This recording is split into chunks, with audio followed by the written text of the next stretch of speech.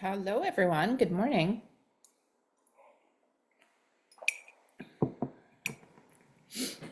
I see Maria popping on. Hi, Michelle.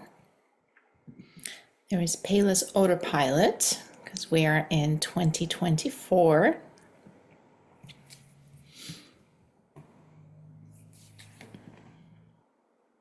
And if you're somewhere where you can pop on camera, go ahead and do so.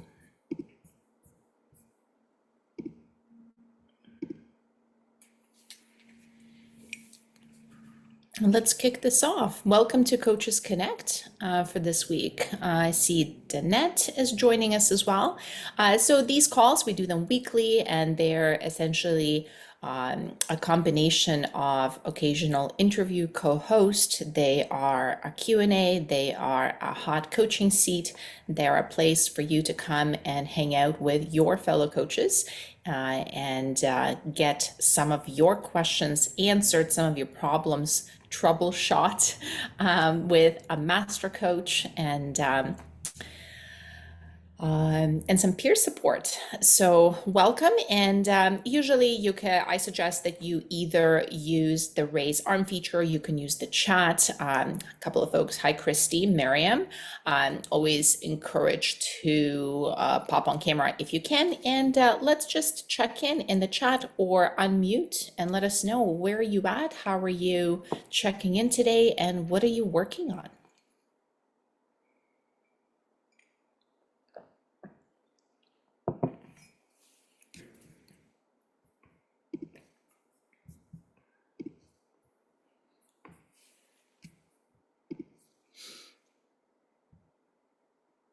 Christy's checking in because Christy's driving, traveling can use the camera. First time attending, so the curious listener. Okay, well, I hope we can provide some interesting and stimulating conversation for you today, Christy.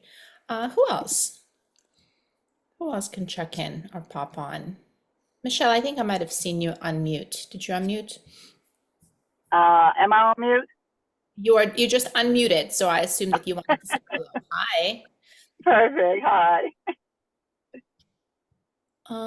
And I think Michelle, oh, you were saying you're driving as well. Hey, Miriam, good to see you. So Michelle, did you want to check in? What are you bringing today? What am I bringing? I'm sorry, I don't know what I'm bringing. Okay, that's fine. We might figure that out as we go along. So some questions Okay, might pop thank up. you. Take a Okay, turn. we have Abdul who's driving as well. Miriam, it's lovely to see your face. What are you bringing, Miriam? How are you showing up today? Yeah, I'm sorry. I popped out right when you were saying what we were supposed to say. So I'm Oh, Miriam, and then what else am I supposed to say? I was just asking, how are you checking in? How are you showing up this morning? What are you bringing in? What are you tackling or thinking about? Okay. I not too long ago finished the PN2 course, so everybody in Congrats. here cheered me on to take it in the first place, so that was fun. Amazing. So in the middle of taking the extra classes, and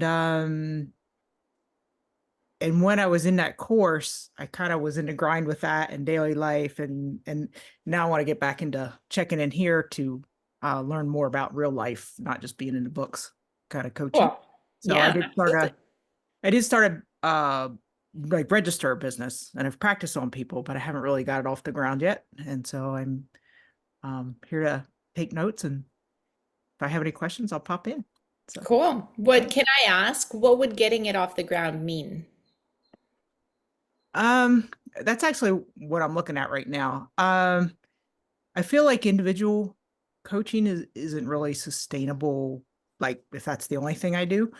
And so right at the minute, I was out for a run this morning, and one of the things I've sort of played around with was having a month, maybe a month practice course, but maybe a month or a couple month course. And when I was out for my run today, but then I was all over the place on what I was going to do it on, so I was on my run today, and I just was thinking I could just send out a bunch of emails to my friends and stuff and say, what would you want to learn about? And with the idea of launching something July 1st, Hmm. and launching a group course. I am on my business side, I do offer individual coaching, but I kind of priced it high because if I do it, I want to really do it. I don't want to just kind of burn myself out. So, um, so anyway, that's kind of what I'm looking at is for myself is designing like, or just even a check-in, like give a little lesson and everybody check in and just kind of support each other through the week. So I don't know, Mhm. kind of, I'm all over the place. So I thought coming here would help. Always. And you said, you priced your one-on-one high. What I heard actually is that you didn't price it low. Mm, Do mhm. you hear the difference? Right. I And I mean, do. I'm not, maybe you did price it high. I have no idea how you priced it, but I also All think right. that Yeah, I like how you there's say also, that. Yeah. because the way you kind of described it, you said like I priced it high because I didn't want to burn out. I didn't want it to become unsustainable. I didn't want to, you didn't say that, but I'm putting a little bit of words in your mouth. Yeah, I didn't you're right want to on. become Yep. resentful of my clients, right, as I'm supporting Hmm. them. And all of that doesn't scream, I priced it high to me. It just says, I decided to not price it low. Oh, I I like that. decided Yeah. to price it accordingly, right? Because Yeah. someone Yeah. priced it low enough where they are burning out, they are feeling resentful, they are feeling like they're just like moving at an unsustainable rate, then I'd argue that that's actually severely underpriced. And a lot of coaches are often finding themselves in that, in those shoes. Hmm. Yeah. Oh, I like that. Yeah. Thanks for the twist. Yeah, Yeah. Appreciate it. absolutely. Anyone else? How are you showing up and what are you checking in with? What are you trying to figure out or work on?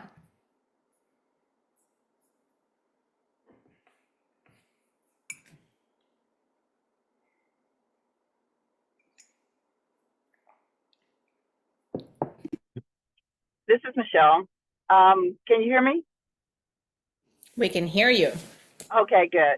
I guess I wanted to add to what the other lady, I'm sorry, I don't remember her name, was speaking on recruiting and retaining clients because I'm at the same dilemma where I just don't know how to go out and pull individual clients. I work for a group, so I have clients, but they're not my clients. And I would like to go on my own, but that seems to be an obstacle for me. I don't know how to recruit or retain clients. So that's what I'm hoping to learn a little bit about. I mean, it sounds like there are two different things. Recruit and retain would be two different things. And it sounds like Mhm. step one would be recruit, yes? Correct. The first is recruit. And step one, well, and I actually think that there's another step even before that, because if you're working for a group or another business or another coach, another organization, is figuring out what are kind of like the legal repercussions of the Yes. non-compete. Yes. I do not want to get into that. Yeah, you're right. Well, and by I don't want to get into that, it's more like you really want to get into that to make sure you I, understand exactly, right? Like what right. I guess I don't want a conflict. Maybe that's what it is. I don't. yeah, so is this something that you are aware of? Like what Yes. is there a contract? Is there an agreement, explicit or implicit? Um, I think maybe there's unwritten agreement or unwritten rules where you really just don't recruit existing, customers from this company. So I would have to find my own customers from another source. Okay, but that in itself would not be an issue. Exactly. Okay. I guess. And you notice the reason I said this is kind of a step before the step, because Mm-hmm. you want to make sure you don't cross the line, Yes. but we first need to make sure if there is a line at Okay. all, right? And if there is a line, where that line is and what does that look like, right? And you notice how it actually can be very easy, and I'm not saying you're doing that, but it can be very easy to kind of hang out in the doing nothing Mm-hmm. without that clarity. Mm-hmm. Because there is that kind of like you're in the space where like, okay, I should get my own clients, but also I want to make sure I don't step on any toes, but I also want to get my own clients. It's like, but we actually need to be really clear in terms of what we're allowed, not allowed to do, what would be stepping on toes, what would be not stepping on toes. And once we get that very clear, then we can actually kind of move on to the next thing. And it's like, how do I find my own clients? Okay. Yes. So, and I think you are actually pretty clear on what the line is. It sounds pretty, kind of black and white. It's like just don't poach our clients. Yes, But other than that, you're good. I believe so. Yes. And can you share a little bit about this arrangement? Are you doing nutrition coaching for someone? Are you doing group fitness at a gym? Like, who is this other? Group coaching at a gym. What do you teach? I'm sorry. It's group. The topic varies, depends on what's going on or what people want to talk about. But it's all the nutrition, pretty much. It's mostly weight loss type nutrition. And then what is your obligation to this gym? Are you like their in-house nutrition coach and you're supposed to do weekly seminars? Are you doing Yes, one-on-one with these people? Like what is, it's groups and it's seminars and it's not 101. so then if somebody from the gym came to you and said, Michelle, I've been loving what you're doing with these seminars. Can I work with you one-on-one? Is that okay or no? I would think it would be okay. It would be not me not recruiting, but them coming out. So yeah, I see the line that you're talking about now. Mhm. Maybe there isn't a big line like I thought it was now that I'm rethinking it. Well, and I actually would argue that it might be worthwhile to get that line super explicit because, Right. to a certain extent, I don't see a conflict. Like, if you are an in-house nutrition coach and, like, let's say they're paying you to do Uh-huh. weekly seminars and you're Right. doing just that, and people are coming to the seminars, but if they want to seek you out for further services, as long as the gym does not have competing services in-house that you would be in direct conflict with, that could be a fantastic partnership. I think you're correct, and I think this is something I'm going to venture into. I'm going to ask them. I'm just going to Right? ask. That might be like a super duper easy track. So not only Yeah. not only like you could promote your services to these people as long Yeah. as the line is clear, right? Like it's like, hey, here's what I'm doing for the gym. But if you guys want to go further and work one-on-one, here's how it can work. Okay. Perfect. That makes me feel so much more comfortable. Good. Yeah. And I think like anytime, like clarity does make us feel comfortable. So we're not like stabbing Yeah. around in the dark. You're like, is that okay? Yeah. Is this okay? I'm not really sure. Right. So what are you thinking, Michelle? What's going to be your next step here? My next step is to sit down and get my thoughts together, and then I am going to request. I'm going to ask. I'm going to talk with the manager, and I'm going to ask if that's okay. Sounds good. I love it. I would love for you to check back in one of these, like in a week or I two. will. I will.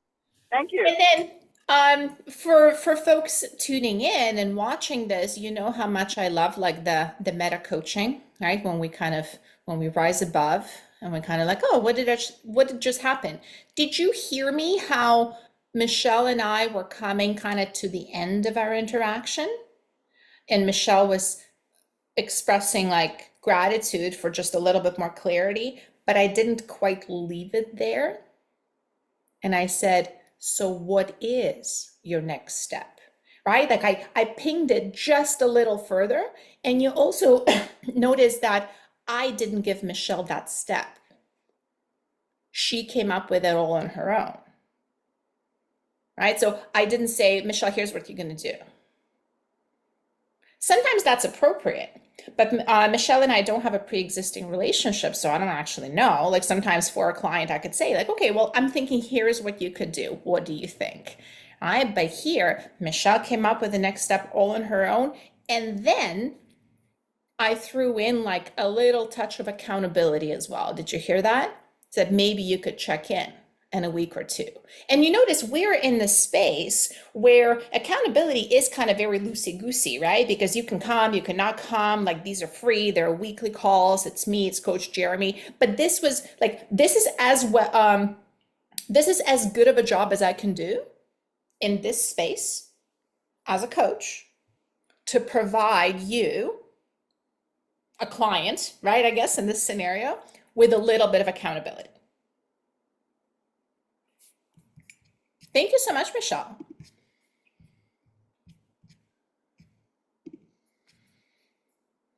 Anyone else? Who wants to dance?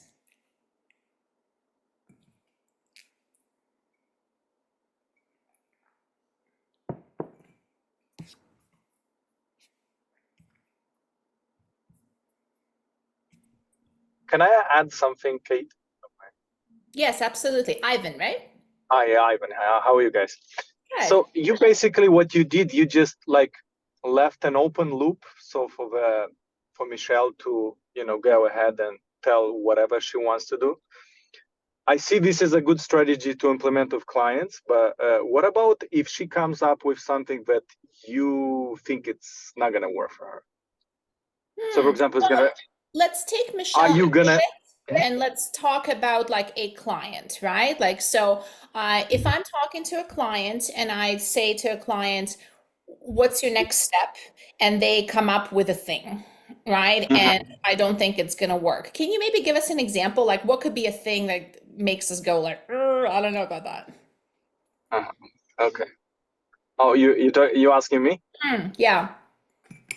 I don't know because I'm not coaching. I mean, I'm just. Okay, I think I can give you an example. So let's say we're talking to somebody about exercising more. They want to start a habit of intentional movement. And we're starting to talk about like, hey, okay, so let's set a goal for you for the next week. We're talking, it's a Friday, right? I'm usually a fan of setting goals with at least a little bit of a window in between rather than like, okay, you're going to start today, right? So like we have a call on a Friday. We can talk about plan for next week, starting Monday. So next week, what are you thinking in terms of frequency of exercise? And let's say I'm talking to somebody who got injured 6 months ago, and that just threw them out of their fitness routine altogether, and they've actually been largely sedentary. Now, before the injury, they've been training like 5 days a week. Okay. Right. And now they're coming up with their own thing, their own goal. Because I've asked, I said, what are you thinking? And they say, well, I'm thinking like 5 days a week. Like starting on Monday, I'm going to go to the gym 5 days a week. Do I So think now that's going to work? of course, definitely it's not gonna work. So yeah, okay. So you basically you're gonna lead them to a smaller goal that you think is gonna work for them. Well, and But to a certain they need to extent, come up with this idea. Yeah. they will come up with it on their own. And that's where, because again, sometimes in the client-centered coaching, we kind of like, we get this impression that we're only supposed to ask questions and, we're not like allowed to express our opinion or something. But you are the expert. So you can absolutely express like your concerns or reservations. Now, I'm not the boss of you. If you want to try and work out 5 days a week, Godspeed, right? Like, so, but if you were the client and you said, I'm thinking 5 days a week, I would probably say, how about twice? So if you want to go ahead and work out 5 days a week, and hear the wording here, that's cool, but I'm considering you accountable to me for 2 workouts a week. You decide to do 5, Yahtzee. That's bonus dessert, loving it. But I'm expecting you to do 2. So you notice this is like, I'm actually kind of killing 2 birds with one stone. Like I'm actually cheating here. And here's how I'm Yeah. cheating. I'm cheating because on one hand, I'm letting the client set the goal. But as soon as they set the goal that I don't think is reasonable, I bait and switch it on them. And I say, yeah, that sounds great. Go ahead. But I'm only holding you accountable for 2. So I'm actually kind of handing them a goal. We now have 2 goals happening. They have their own goal, and I have my goal for them. So a couple of things could happen at the end of next week. They said they were going to work out 5 days a week, and they do. And we get to go high fives, and they feel really accomplished and really good. What is more likely that's going to happen is that they're not going to work out 5 days a week because it's not a freaking realistic goal, right? But they might work out 3. And then what I get to do as a coach, I get to celebrate the hell out of them because not only they met the goal, they've exceeded it. In their head, they're like, oh, but I said I'm going to work out 5 and I only worked out 3. And I'm like, that's great. But like, remember, you were accountable to me for 2.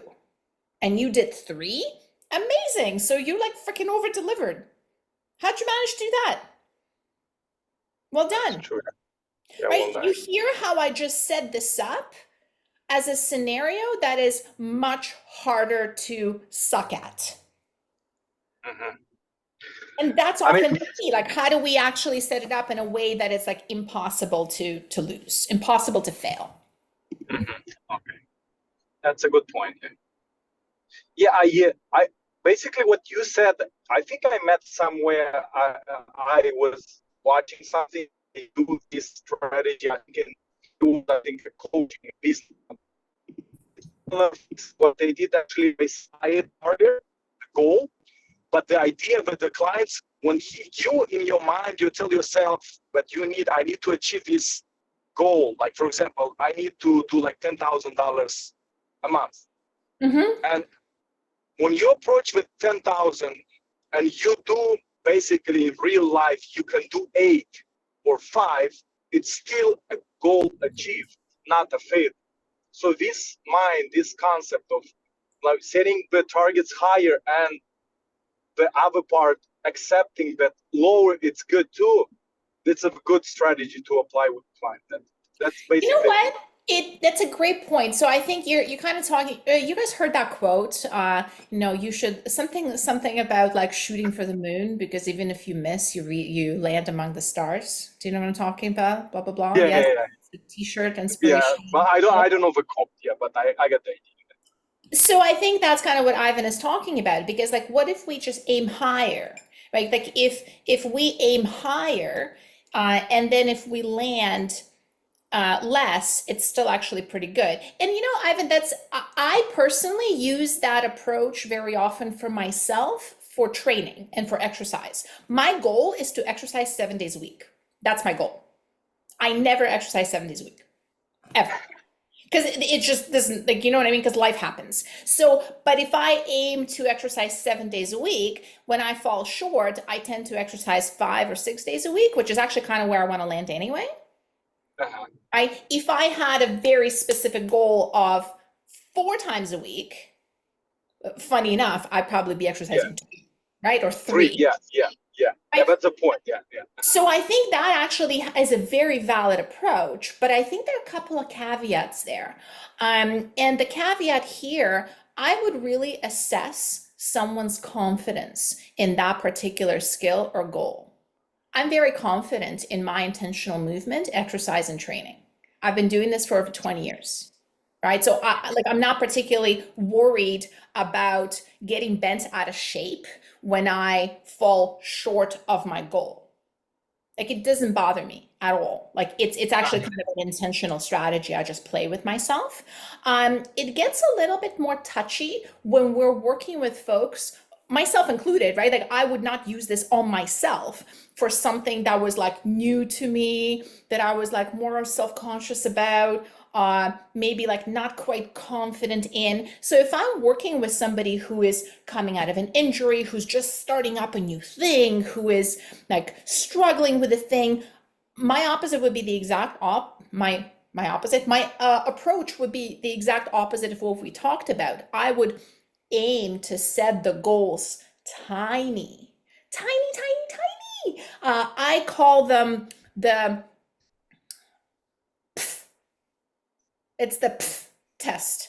The goal has to be so small that when you consider it, when you think about it, you kind of go, that's the test. It should be that small, right? Because that becomes much, much harder to fail. And human brain doesn't like to fail. It doesn't like to fail. It's much, much better to the human brain to say, I'm going to run 5K and see how I feel. And then you run 6 or 7 and you feel like a freaking champion rather than saying, I'm going to go and try to run 20 and see how far I get. And then you run 7 and you feel like a freaking failure. Uh-huh. 3 and 7K, right? But you feel like where we anchor the goal matters a lot. So another question: does it matter? So the approach you say it's like totally different. I mean, you can go either way. Yep. and you do like the path, like a little goal, and you achieve, and you feel different. But I feel it comes down to, I think for me, it's two type of person: introvert and extrovert. They look totally different, the things. So the people who are extrovert, they maybe feel happy, when they achieve more. But people who, introvert, they achieve less and they feel, shitty. So I think it depends of how, your genes and the type of person you are. Actually, as Well, a I think client, for that's where example. the art of coaching comes in because we are going to be setting up goals for the person in front of us. And I think I will agree with you that personality traits do matter. I don't know if it's the extroversion introversion thing, but there are going to be personality traits that matter a lot. And I think that the sense of self-efficacy and confidence will come into play. There are also some cultural differences as well that I know I'm noticing as well, right? Like, so what you're describing, I see that a lot when I work with immigrants. I'm an immigrant myself, right? And kind of depending on how you were raised in your household, right? Like Yeah, folks that me have too. right? Like, so Eastern Bloc, hello, right? So it's if you were kind of raised in a more authoritarian environment, you tend to do much better with like the rigid structure and like I said I will do it and I will freaking do it, right? Like I will get out of bed at 4 a.m, like absolutely.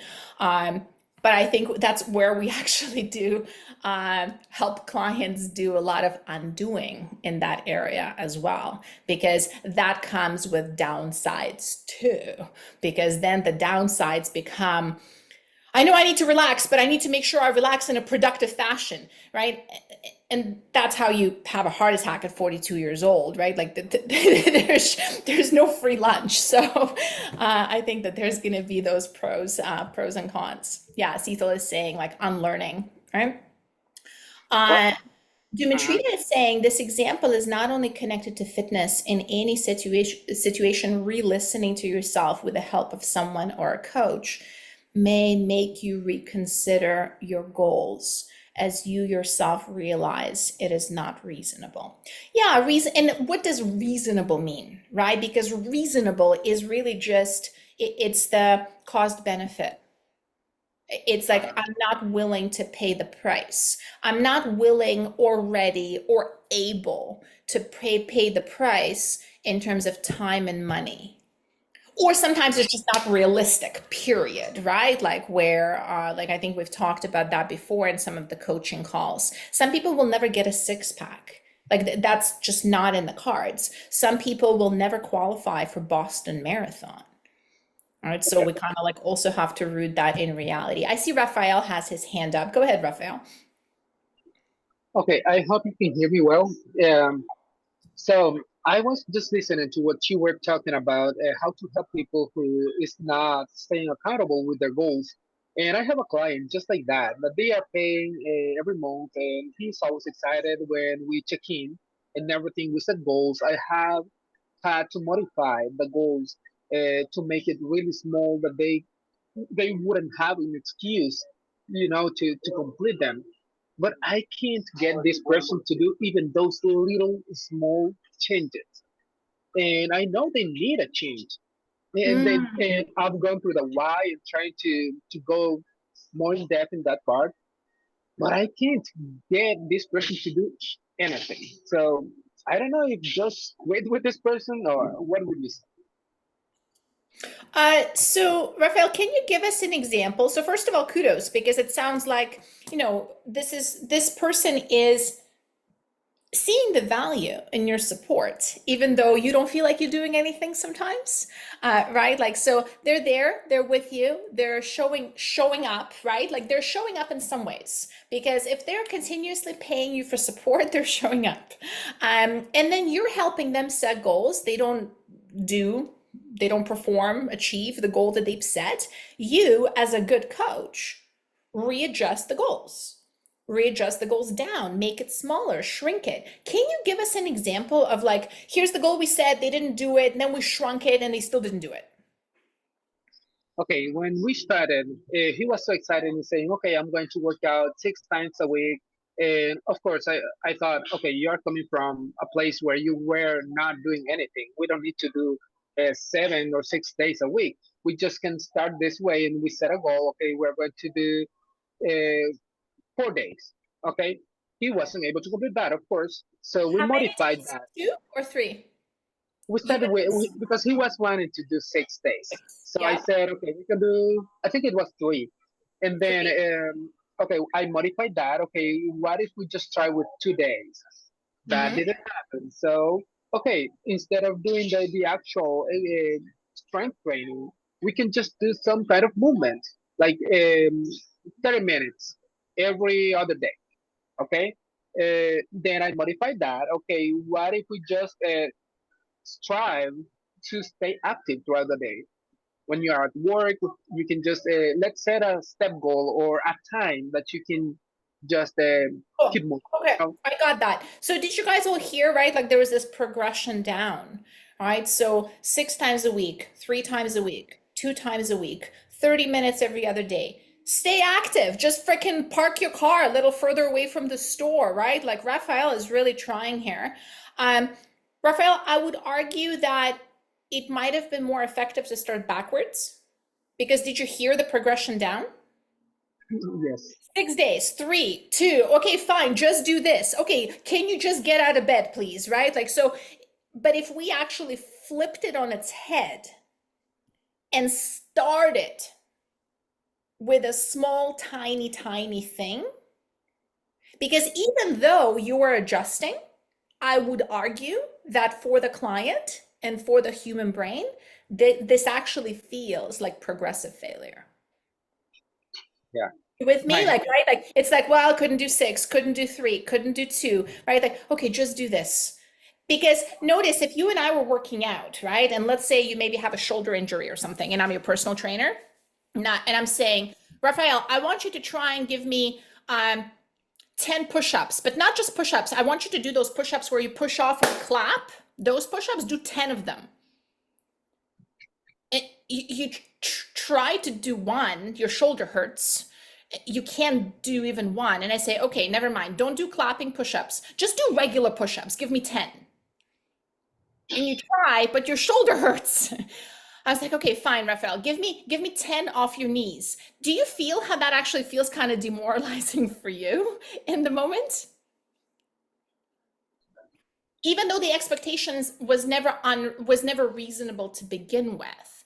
And I think you did everything right here, but I think also like if we were to shift, like to kind of reverse the order of this, to flip the pyramid on its head. And the other thing I would ask you as a coach,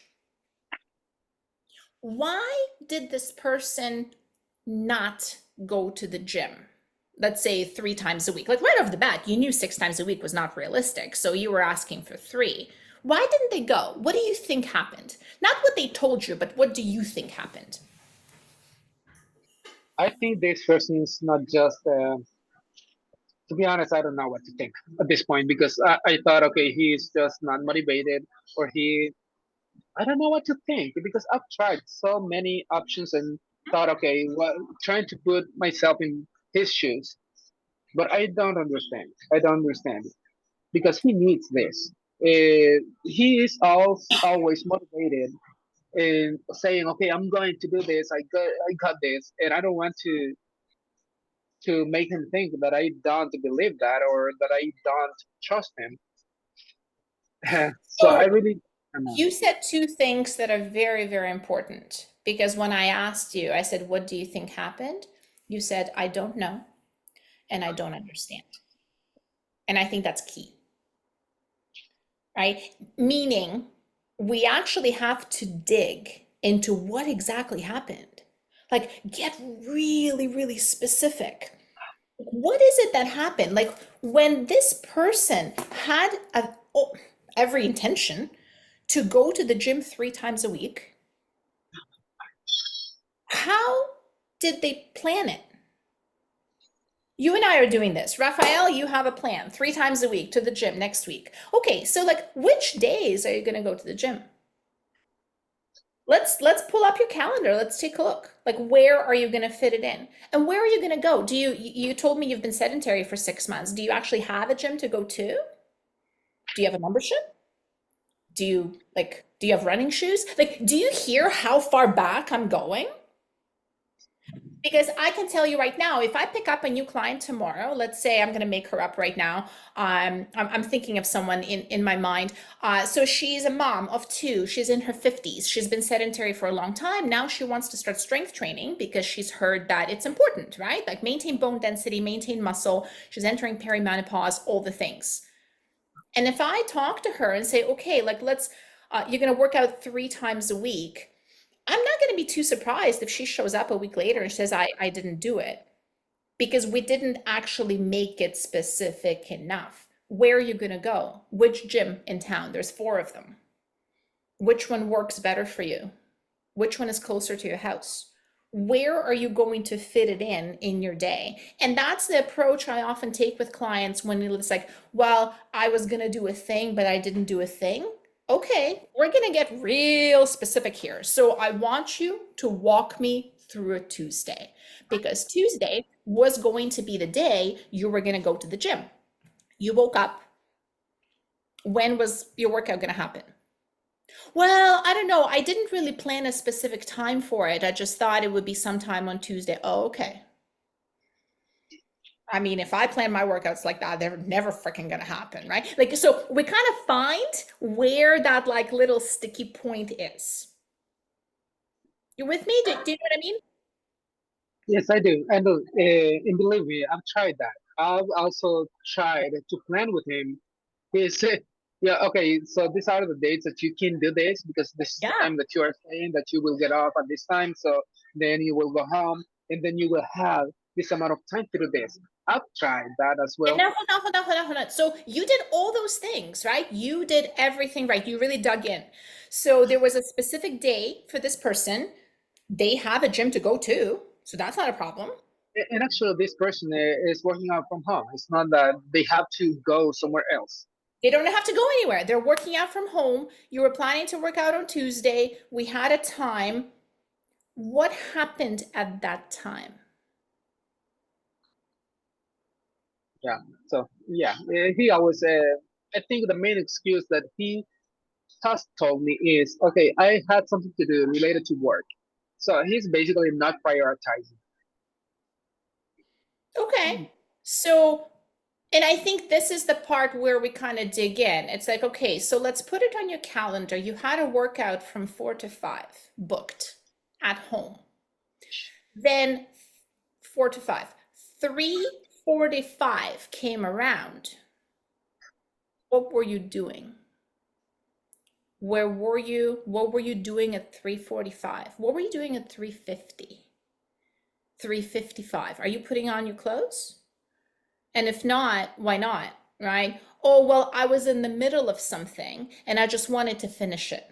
I was writing this long email to my boss at 3:45, and then it was 4 o'clock and it was 4:10, but I was still writing it, right? I was still working on it. I just wanted to get it done because I've been working on it all day. And then by the time I finally finished it, it was already 4:35 and my kids were getting home at 5 and I just didn't have enough time. So if we got to that level of specificity, then we can troubleshoot in one of 2 ways for next time this happens. Okay, we need, oh, I got balloons. I still haven't figured out why I'm getting balloons on Zoom, like random things, right? So we can have a solid workout option that is 15 minutes or less. And literally, we're going to have like a card, right? Like with the workout written and said, if I run out of time and I only have 15 minutes, I'm going to do this. And that's going to like address one of the tensions. And then the other tension, let's talk through really specifically what's going to happen next time when you're in the middle of something and you want to finish it. Right? Because on one hand, you want to finish a thing. On the other hand, you want to make time for your exercise. So next time that comes up, what are you going to do? And you notice how we're now troubleshooting a very likely problem, but we're now troubleshooting it forward rather than backwards. And this is, I think, the part that we often miss is this very, very detailed post-mortem. Like this like breakdowns, like, oh, whoa, okay, so you said that it was going to happen, but it didn't. Like, let's get really specific as to why it didn't, because I think it can be very tempting to like, okay, well, I guess let's try once a week. But then once a week doesn't happen either because he's in the middle of another email, right? And he wants to finish that. What do you think? How's that landing?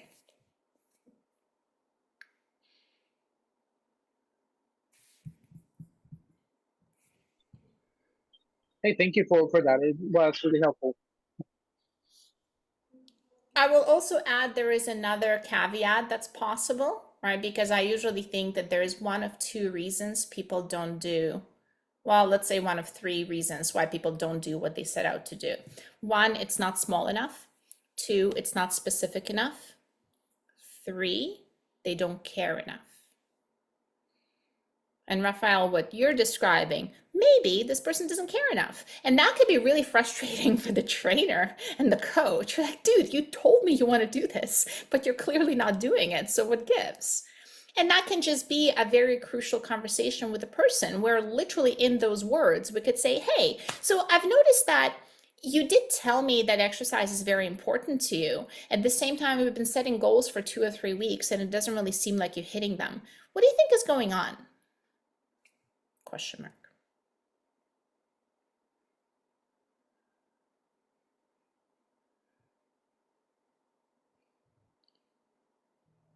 Marta is saying, is the workout something that they feel they will get the benefit they're seeking? Is it eliciting self-efficacy? Yeah, that's a great question as well. What is the benefit they're seeking?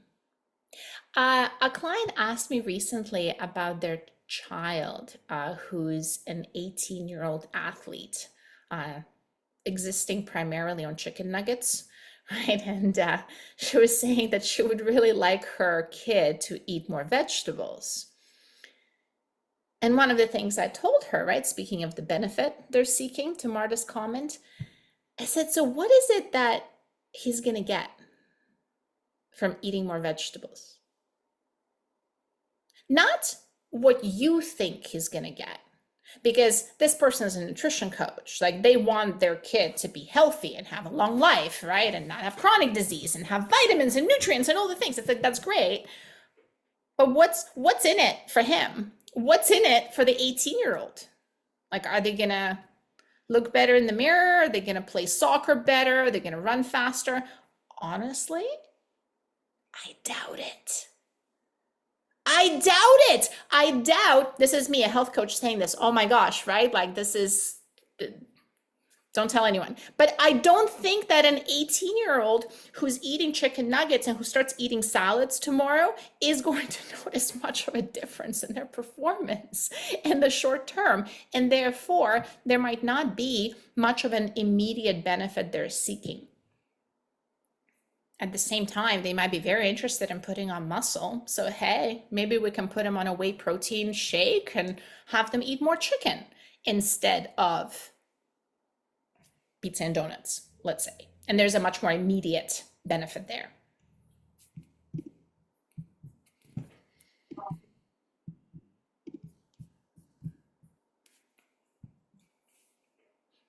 Dimitrita, I think I saw your hand up. Do you want to pop up? And then I see Sarah is raising her hand. Go ahead, Dimitrita. Well, I'm happy to be back. It's been a while since I haven't joined this free and how to say, free but not free calls. Coming back to the example of goals, and when the client, like the Ivan's example, when the goal, if the coach finds that the goal is not reasonable, or the client will have low chance of accomplishment. I had an example of a client that was motivated by setting a high goal. Like, he was not running. I'm gonna run 10K.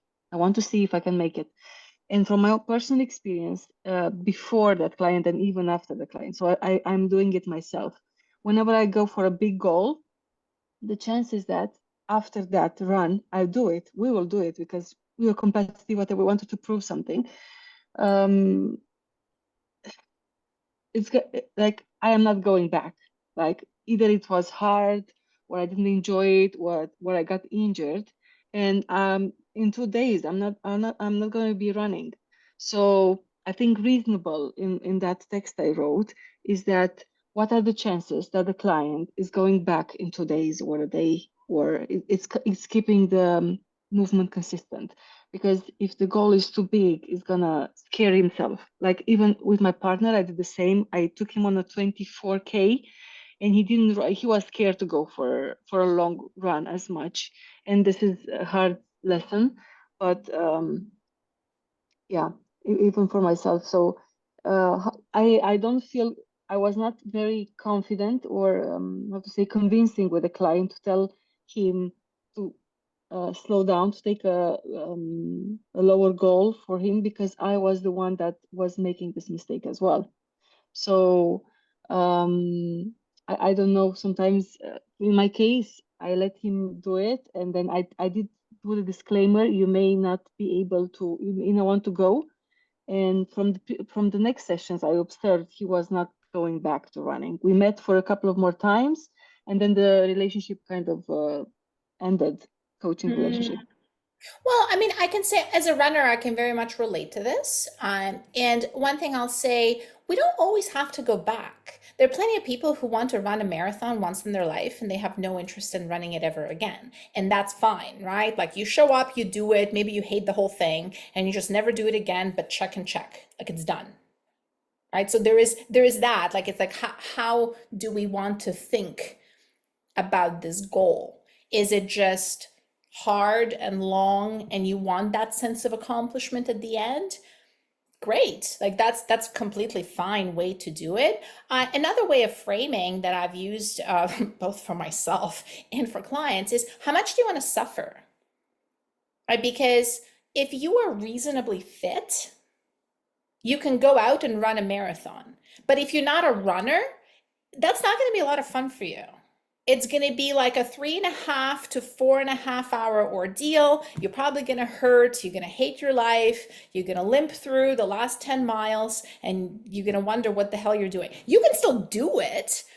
Or you can take, 4 to 6 months, you can train, you can like show up and you can actually run a very enjoyable race, right? So it's also, do you want to just get it done? Or do you want to maybe enjoy the process? And how much do you want to suffer?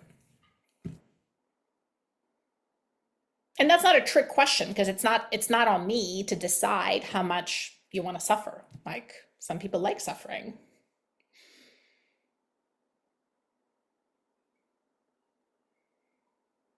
Yeah, well, what I'm getting from you, this was with the client was more of a 10K, wasn't that much suffering, because he was not coming really from zero. So what I get from you is probably getting this rhetoric, like, do you want to enjoy it or do you want to be hard? I mean, I am just to explain the facts, getting the facts more straight about. So here I'm more like saying, not asking, or even asking, what do you want? More joy, or do you want to be sore after and not walk nicely the next day? Or what about doing 3 runs this week instead of 10K? Or yeah, well, it's a lot about confidence with dealing with all these situations. And at that point, now I think I have more confidence. Even if he will go for 10K, I will still be okay. Let's, how was it? Will you do it again? When are you going to do the next run? So it's about molding the situation. We can also get much more specific with a goal too, because if somebody wants to run a 10K, like, so what does that mean? Like, do you want to run the whole thing? Do you want to hit a certain time? Do you want to just finish it? Do you want to run it with a stroller, right? And have fun and like have your family cheer you on with balloons? Like those are all completely different experiences and they're all completely fine, right? So somebody might say, well, I never thought of myself as a runner. And then I started running. And if I could actually sign up for a 10K and run the whole thing, that would be incredible. right? Like, okay, that's a goal. Somebody could say, well, I ran my first 10K when I was 40 and now I'm 45 and I actually want to see if I can hit the same time. Or if I want to see if I can run it under an hour, right? Like that's another goal, different goal. Ivan, go ahead. And then Sarah, I know, had a comment. Ivan.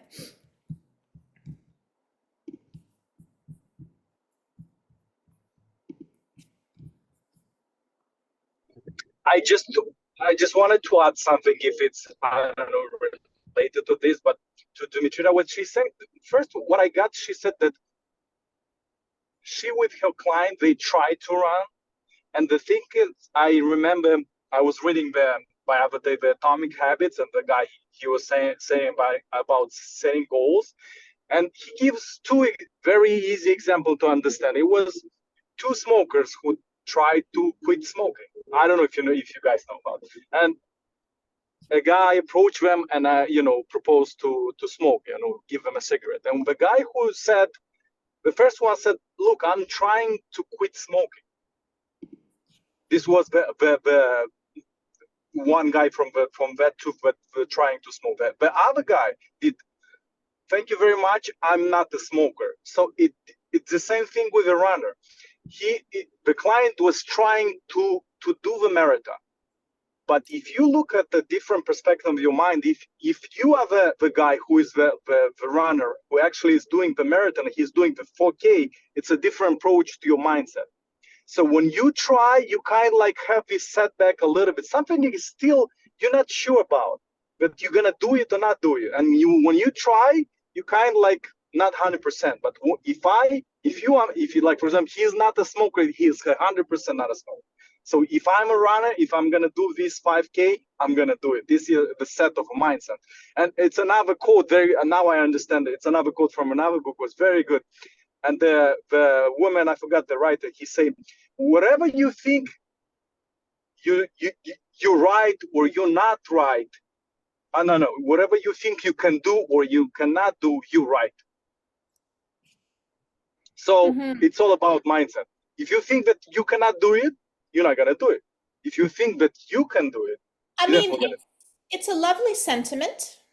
And I think mindset is incredibly important, but also I can think all I want that I can make WNBA team. I'm not making WNBA team, right? So I think absolutely that mindset is there. And I think what you're pointing out is very important. It's the difference between identity and behavior, right? So do you run or are you a runner? Are you trying not to smoke or are you a non-smoker? Right? And tapping into the identity can be incredibly important and effective for behavioral change. But at the same time, I also would argue that you don't have to. And I say that to clients all the time. You don't need to become a runner to run. You can just run. Like, you don't owe anyone that label. That label is yours for the taking. You can call yourself a runner. You cannot call yourself a runner. When people say like, oh, I run, but I'm not a runner, that's cool. I'm not going to convince you that you are. No, you run, therefore you're a runner. It's like, you are what you tell me you are, right? So if you're telling me you're not a runner, that's cool with me, right? Like, you tell me who you are. Like I'm not going to tell you who you are. So, but I do appreciate that because I think tapping into that identity, I am a fit person, right? I am the person who can be incredibly powerful when we're trying to kind of start up something new or change our life in some way. Sarah, I want to get to you because I know you had your hand up. Go ahead.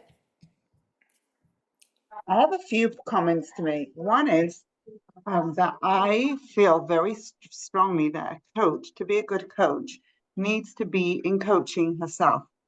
And it's not mandatory. I just feel it's a more truthful process when, if I'm going through the same, like I'm the recipient, and then I feel like can be a better giver to others.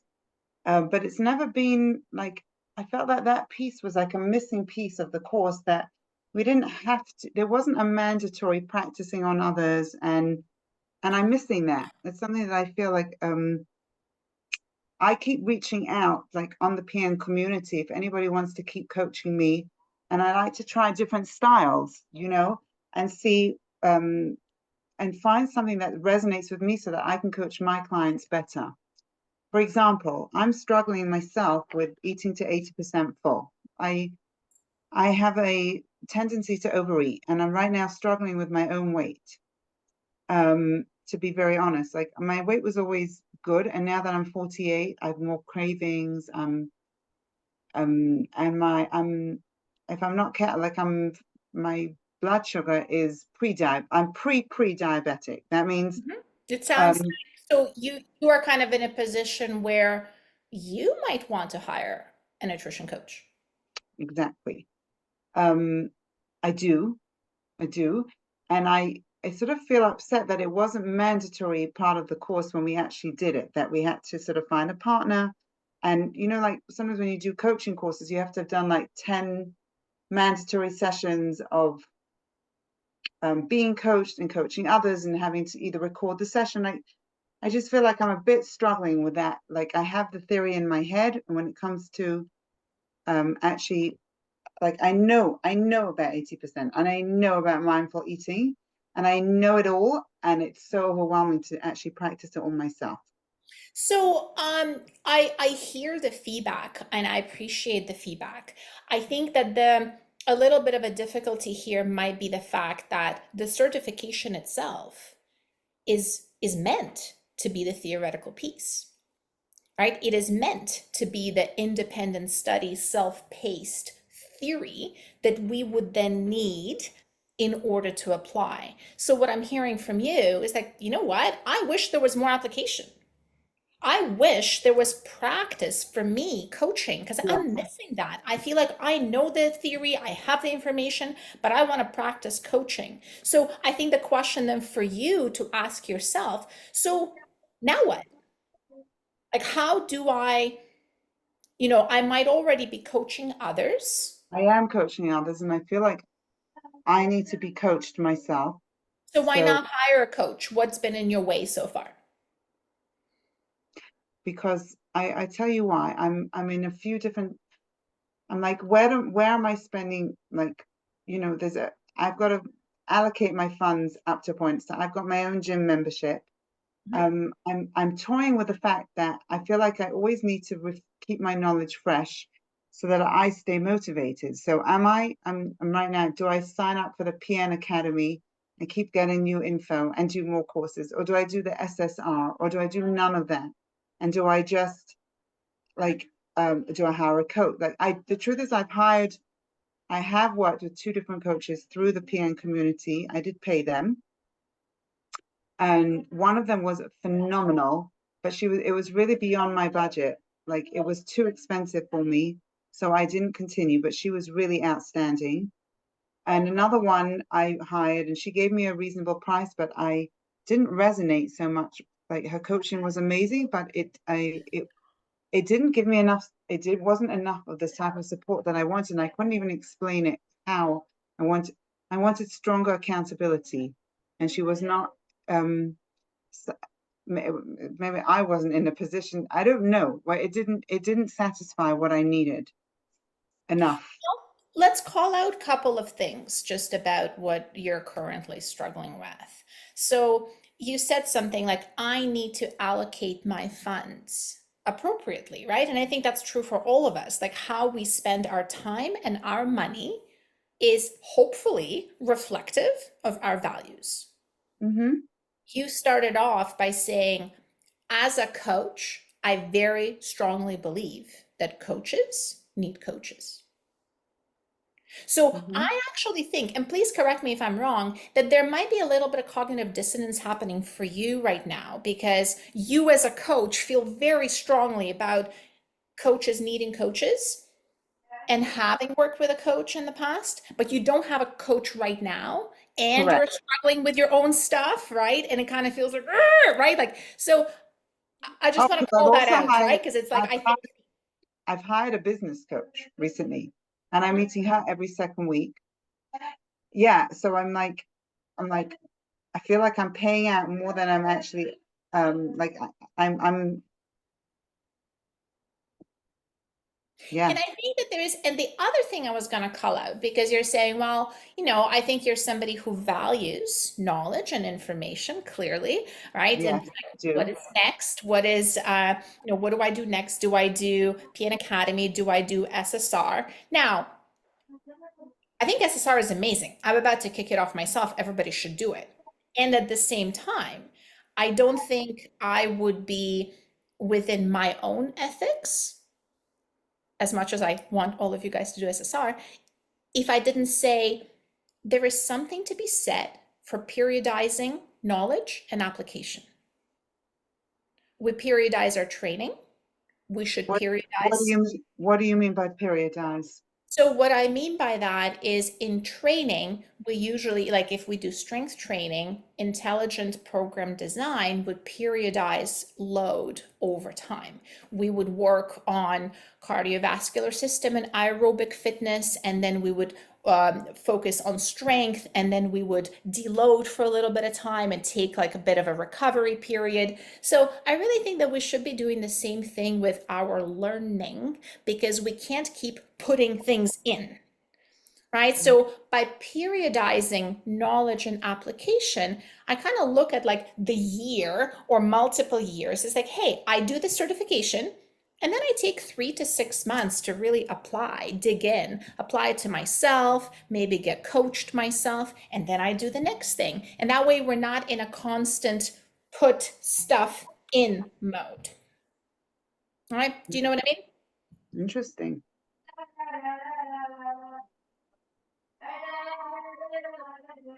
Okay, well, it's that time, everyone. Thank you so Thank much you. for joining me. You're so welcome. We have our next one next week, and I think Coach Jeremy is hosting. I hope he will join us. I often pop in on those just to listen in and to contribute, and I hope I'll see you next week.